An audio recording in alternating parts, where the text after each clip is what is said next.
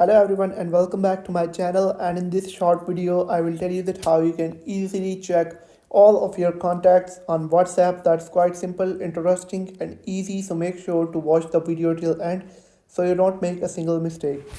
So first of all you'll have to head over to WhatsApp and then tap on plus icon at the top right.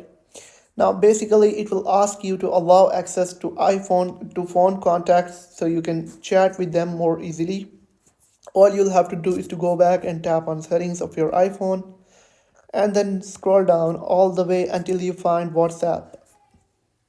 Now once you found it, tap on WhatsApp, and then all you'll have to do is to toggle on contacts here and then go back to WhatsApp and then tap on plus icon on the top right. Now you'll be able to find all of your contacts that have been saved in your mobile phone right in this section, and the last section in which it will ask you to invite them.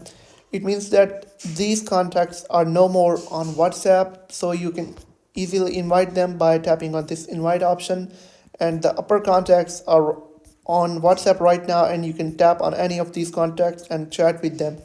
I hope you have found the video helpful. If you have found the video helpful, make sure to like the video and hit that subscribe button. And if you have any questions,